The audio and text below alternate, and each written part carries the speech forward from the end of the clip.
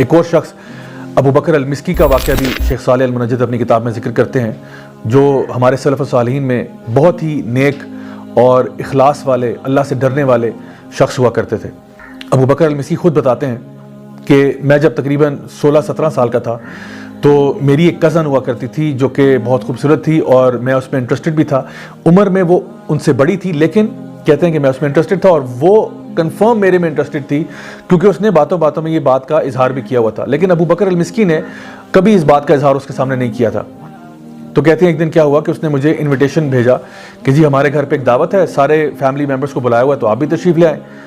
تو ابو بکر المسکی نے کہا کہ ٹھیک ہے جی، میں بھی وہاں پہ چلا گیا۔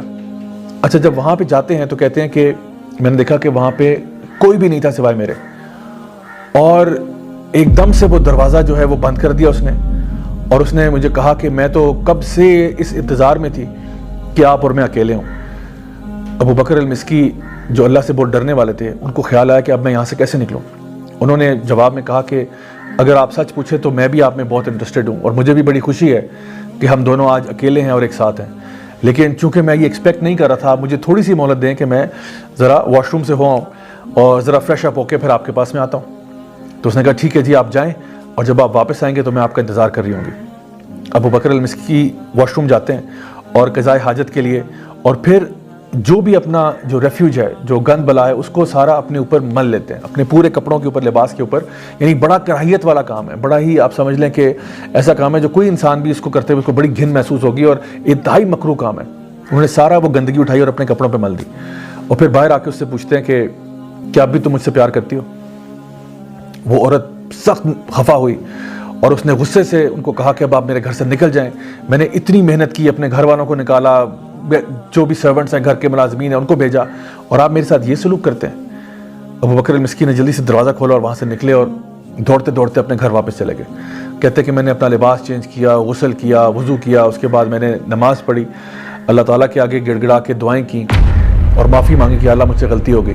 اور کہتے ہیں کہ میں جائے نماز پر گر گیا اور روتا رہا حتیٰ کہ میری آنکھ لگ گئی، اور جب میں صبح اٹھتا ہوں تو فجر کی اذانوں کے اوپر میری آنکھ کھلتی ہے، اور میں جب سمیل کرتا ہوں تو پورے کمرے سے اتنی زبردست خوشبو آ رہی ہے، تو میں حیران تھا کہ یہ خوشبو کہاں سے آ رہی ہے۔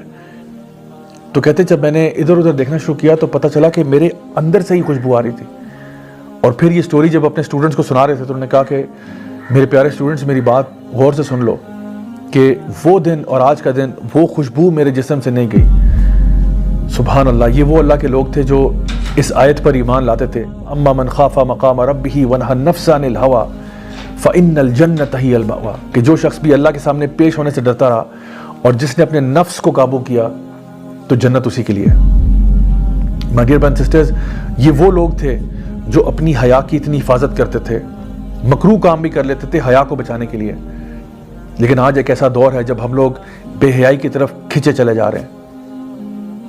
یہ وقت آ گیا کہ ہم سوچیں اور غور کریں کہ کیا واقعی ہمارا ایمان اتنا کمزور ہے کہ چھوٹی سی ٹیمپٹیشن کی طرف ہم اپنے ایمان کا سودا کر دیتے ہیں۔ میری دعا ہے کہ اللہ تعالیٰ ہم سب کو باحیا رکھے، ہمیشہ دین اسلام پر چلنے کی توفیق عطا فرمائے، اور ہم سب کو جنت الفردوس والا بنا لے۔ Until next time, this is me, Raja Zawlak, signing off. Wassalamu alaikum wa rahmatullahi wa barakatuh.